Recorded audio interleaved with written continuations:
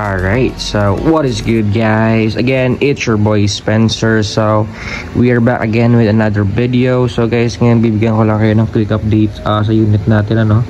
Kasi nung nakaraan, kung makikita nyo sa TikTok, sabi ko nga babalik alindog natin si Ketchup, natin siya, i-restore natin kasi almost luma na lahat ng parts niya, napabayaan nga guys, gawa ng focus tayo ng focus sa makina. So ayan guys, yung chassis nga pala ni Ketchup ngayon yan, bagong ano yan guys, bagong powder coated yan. So sa halagang 4K, powder coated na siya guys, solid yun guys, kung makikita nyo lang yung details. And ito nga pala, naglagay na tayo King Dragos to guys. Ayan, nakaabang na yan guys.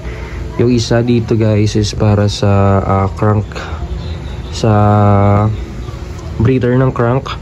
At yung isa naman yung nakaabang dito sa bandang likod, breather para sa water pump yan guys. Ayan, so eto nga rin pala, ilalagay tayo bagong shock. Bali ang brand nito guys is Hypertech Ultimate Pro Suspension. So ang size nito guys is 203mm. Prepare ko sana guys yung 200mm pero wala tayong makita, hirap maghanap. And unbox ko na siya guys, may plastic pa to, naka foam wrap, pero wala lang, din na natin na pakita sa inyo.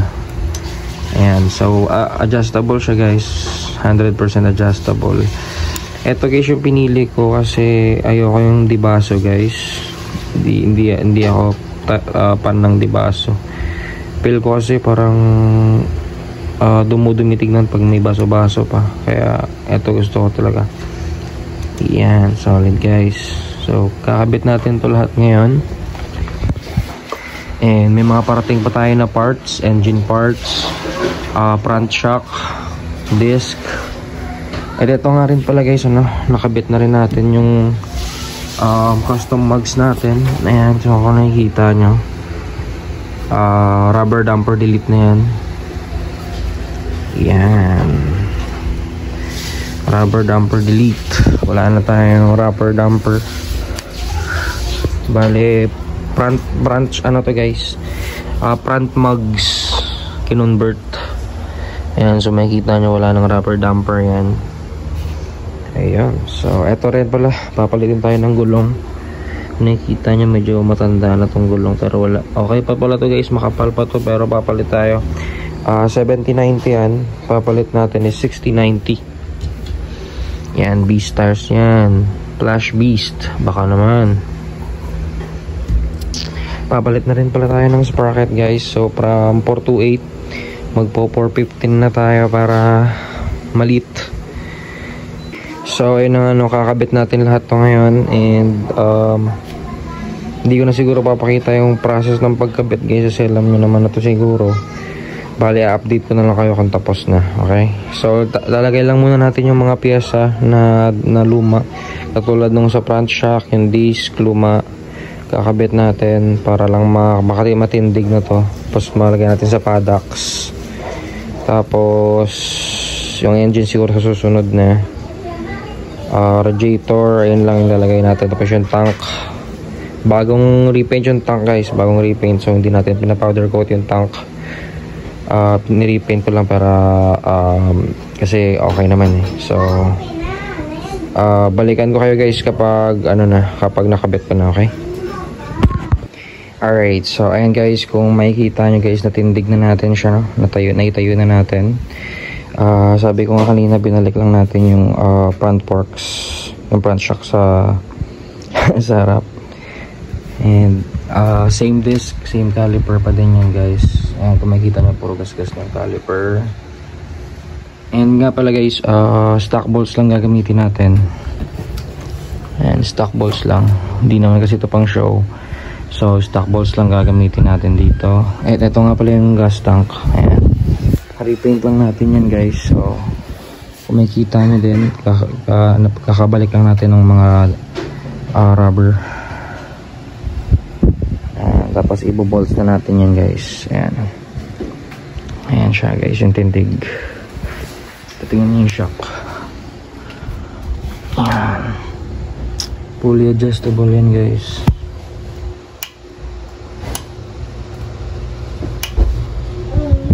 Yan, Hypertech Malaysia.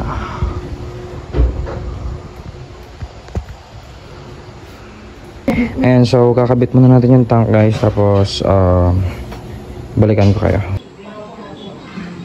Alright, so nakabit na natin yung tanke guys. Ayan o, pakita natin. Yan, nakabit na natin. So hindi na natin nilagay o binalik yung cover nya dito guys, yung may rubber. Wala lang, para malinis tignan. Tapos yung stock na battery kinabit lang muna natin para wala lang, nilagay ko lang. Pero nagpaplano ako magpalit ng lithium guys, pero wala pa akong makita magandang brand. RCB okay sana, kaso walang stock talaga guys. Sa Shopee wala. So siguro order tayo sa Malaysia ulit, or nagpaplano ako baka palit natin dito yung malaki lang guys, yung pang R3 na GS lang din. Kasi Japan brand to guys, solid to. Solid din tong brand na GS. Basta genuine parts lang yung mabibili nyo talaga. So binalik lang din natin yung stock seat, and nalagay na din natin yung wirings guys, ano. So yung wirings pala nilagyan natin ito. So hindi siya electrical tape, para siyang ano guys, cloth. Yan, para siyang cloth, pero ang linis niya tignan guys, tignan nyo. Yan, linis niya tignan. Yan, solid. Lahat yan nilagyan natin. Tapos papalit din pala tayo ng ano, ng fuel hose, yung makapal. Ayan. Tapos ito sa harap guys, lahat ito papalitan. Itong fender, front fender. Kasi kikita nyo sira na yan. Sira na yan, tagalin natin. Ayan, matanggal. Yun, sira na nga talaga. Tapos papalit din tayo ng ang disc sa harap. Ayan, ganyan kasi, gas-gas na. Pero makapal pa to guys. Ayan, tignan nyo. Sobrang kapal pa niyan. So papalitan lang natin. Dagdag arte lang ano. Tapos front forks papalitan natin to kasi may gas-gas na.